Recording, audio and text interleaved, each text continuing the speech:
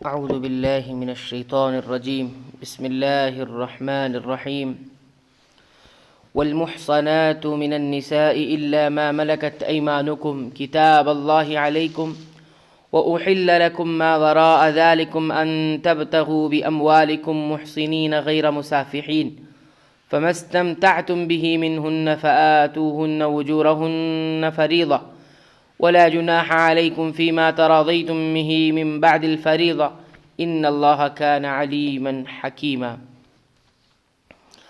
اور حرام کی گئی شوہر والی عورتیں مگر وہ جو تمہاری ملکیت میں آ جائیں۔ اللہ تعالیٰ نے احکام تم پر فرض کر دیے ہیں ان عورتوں کے سوا، اور عورتیں تمہارے لیے حلال کی گئی کہ اپنے مال کے مہر سے تم ان سے نکاح کرنا چاہو، برے کام سے بچنے کے لیے، نہ کہ شہوت رانی کے لیے۔ اس لیے جس سے تم فائدہ اٹھاؤ انہیں ان کا مقرر کیا ہوا مہر دے دو، اور مہر مقرر ہونے کے بعد تم آپس کی رضامندی سے جو طے کر لو تم پر کوئی گناہ نہیں، بے شک اللہ تعالیٰ علم والا حکمت والا ہے۔ قرآن کریم میں احصان 4 معنوں میں استعمال ہوا ہے۔ نمبر 1 شادی، نمبر 2 آزادی، نمبر 3 پاک دامنی، نمبر 4 اسلام۔ اس اعتبار سے محصنات کی 4 مطلب ہے۔ نمبر 1 شادی شدہ عورتیں، نمبر 2 پاک دامن عورتیں، نمبر 3 آزاد عورتیں، اور نمبر 4 مسلمان عورتیں۔ یہاں پہلا معنی مراد ہے۔ اس کے شان نزول میں آتا ہے کہ جب بعض جنگوں میں کافروں کی عورتیں بھی مسلمانوں کی قید میں آ گئیں تو مسلمانوں نے ان سے ہم بستری کرنے میں کراہت محسوس کی، کیونکہ وہ شادی شدہ تھی۔ صحابہ کرام نبی کریم صلی اللہ علیہ وسلم سے پوچھا، جس میں یہ آیت نازل ہوئی۔ ابن کثیر، جس سے یہ معلوم ہوا کہ جنگ میں حاصل ہونے والی کافر عورتیں جب مسلمانوں کی لونڈیاں بن جائیں تو شادی شدہ ہونے کے باوجود ان سے مباشرت کرنا جائز ہے، البتہ استبراء رحم ضروری ہے، یعنی ایک حیض آنے کے بعد یا حاملہ ہے تو وضع حمل کے بعد ان سے جنسی تعلق قائم کیا جائے۔ لونڈی کا مسئلہ۔ نزول قرآن کریم کے وقت غلام اور لونڈیا کا سلسلہ عام تھا، جسے قرآن نے بند نہیں کیا، البتہ ان کے بارے میں ایسی حکمت عملی اختیار کی گئی کہ جس سے غلاموں اور لونڈیوں کو زیادہ سے زیادہ سہولتیں حاصل ہوں۔ تاکہ غلامی کی حوصلہ شکنی ہو، اس کے 2 ذریعے تھے۔ ایک تو بعض خاندان صدیوں سے ایسے چلے آ رہے تھے کہ ان کے مرد اور عورت فروخت کر دیے جاتے تھے۔ یہی خریدے ہوئے مرد اور عورت غلام اور لونڈی کہلاتے تھے۔ مالک کو ان سے ہر طرح کے استمتاع یعنی فائدہ اٹھانے کا حق حاصل ہوتا تھا۔ دوسرا ذریعہ جنگ میں قیدیوں والا تھا کہ کافروں کی قیدی عورتوں کو مسلمانوں میں تقسیم کر دیا جاتا اور وہ ان کی لونڈیاں بن کر ان کے پاس رہتی تھی۔ قیدیوں کے لیے بہترین حل تھا، کیونکہ اگر انہیں معاشرے میں یوں ہی چھوڑ دیا جاتا تو معاشرے میں ان کے ذریعے سے فساد پیدا ہوتا۔ بہرحال مسلمان شادی شدہ عورتیں تو ویسے ہی حرام ہیں، تاہم کافر عورتیں بھی حرام ہی ہیں، الا یہ کہ وہ مسلمانوں کی ملکیت میں آ جائیں، اور اس صورت میں استبراء رحم کے بعد وہ ان کے لیے حلال ہے۔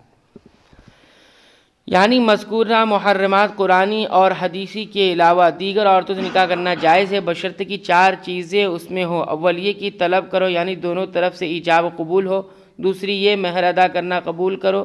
تیسرا ان کی شادی کی قید یعنی دائمی قبضے میں لانا مقصود ہو، صرف شہوت رانی غرض نہ ہو، جیسے زنا میں یا اس متعہ میں سے ہوتا جو شیعہ میں رائج ہے، یعنی جنسی خواہش کی تسکین کے لیے چند روز یا چند گھنٹوں کا نکاح۔ چوتھی یہ کہ چھپی یاری نہ ہو بلکہ گواہوں کی موجودگی میں نکاح ہو۔ یہ چاروں شرطیں اس آیت سے مستفاد ہے۔ اس سے جہاں شیعوں کے متعہ کا بطلان ہوتا ہے، وہیں مروجہ حلالہ کا بھی ناجائز ہونا ثابت ہوتا ہے، کیونکہ اس کا مقصد بھی عورت کو نکاح کر کے دائمی قید میں لانا نہیں ہوتا، بلکہ صرف ایک رات کے لیے مقرر اور معہود ذہنی ہے۔ یہ اس امر کی تاکید ہے کہ جن عورتوں سے تم نکاح شرعی احکام کے ذریعے سے کرو تو انہیں ان کا مقرر کردہ مہر ضرور ادا کرو۔ اس میں آپس کی رضامندی سے مہر میں کمی بیشی کرنے کا اختیار ہے۔ استمتاع کے لفظ سے شیعہ حضرات نکاح متعہ کا اس بات کرتے ہیں، حالانکہ اس سے مراد نکاح کے بعد صحبتوں اور مباشرت کا استمتاع ہے، جیسا کہ ہم نے بیان کیا۔ البتہ متعہ ابتداء اسلام میں جائز رہا ہے، اور اس کا جواز اس آیت کی بنیاد پر نہیں تھا بلکہ اس رواج کی بنیاد پر تھا جو اسلام سے قبل چلا آ رہا تھا۔ پھر نبی کریم صلی اللہ علیہ وسلم نے نہایت واضح الفاظ میں اسے قیامت تک حرام قرار دیا۔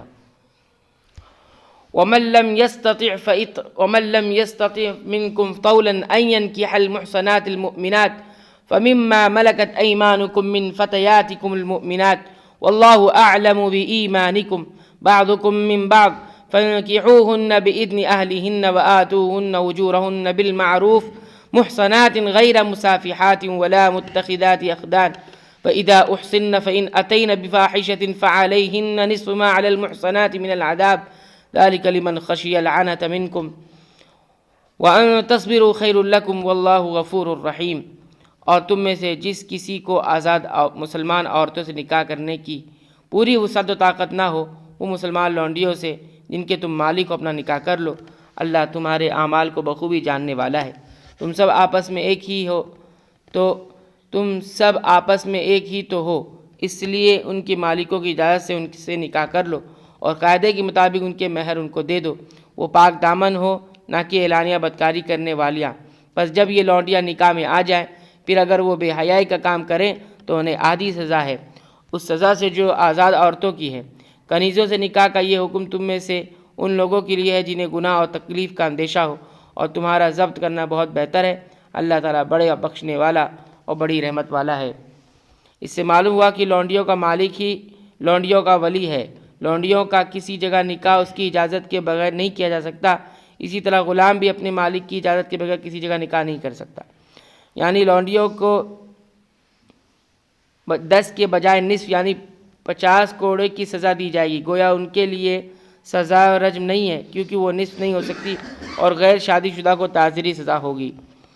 یعنی لونڈیوں سے شادی کی اجازت ایسے لوگوں کے لیے ہے جو جوانی کے جذبات پر کنٹرول رکھنے کی طاقت نہ رکھتے ہو اور بدکاری میں مبتلا ہونے کا اندیشہ ہو۔ اگر ایسا اندیشہ نہ ہو تو اس وقت تک صبر کرنا بہتر ہے جب تک کسی آزاد خاندانی عورت سے شادی کے قابل نہ ہو جائے۔ یرید اللہ لیبین لکم ویہدیکم سنن الذین من قبلکم ویتوب علیکم واللہ علیم حکیم۔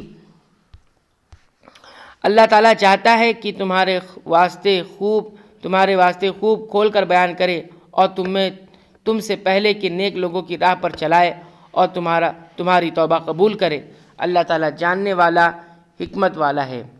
واللہ یرید ان یتوب علیکم ویرید الذین یتبعون الشہوات ان تمیلوا میلا عظیما، اور اللہ تعالیٰ چاہتا ہے کہ تمہاری توبہ قبول کرے، اور جو لوگ خواہشات کے پیرو ہیں وہ چاہتے ہیں کہ تم اس سے بہت دور ہٹ جاؤ، یعنی حق سے باطل کی طرف جھک جاؤ۔ یرید اللہ ان یخفف عنکم وخلق الانسان ضعیفا، اللہ چاہتا ہے کہ تم سے تخفیف کرے کیونکہ انسان کمزور پیدا ہوا ہے، اس کمزوری کی وجہ سے اس کے گناہ میں مبتلا ہونے کا اندیشہ زیادہ ہوتا ہے۔ اس لیے اللہ تعالیٰ نے ممکن آسانیاں اسی لیے فراہم کی ہے کہ انہی میں سے لونڈیوں سے شادی کی اجازت ہے۔ بعد نے اس ضعف کا تعلق عورت سے بتلایا، یعنی عورت کے بارے میں کمزور ہے، اس لیے عورتیں بھی باوجود نقصان عقل کے اس کو آسانی سے اپنے دام میں پھنسا لیتی ہیں۔ اللہ تعالیٰ سے دعا ہے کہ رب العالمین تو ہمیں قرآن کریم کی ان باتوں پر غور کر کے اس کے مطابق اپنی زندگی گزارنے کی توفیق عنایت فرما۔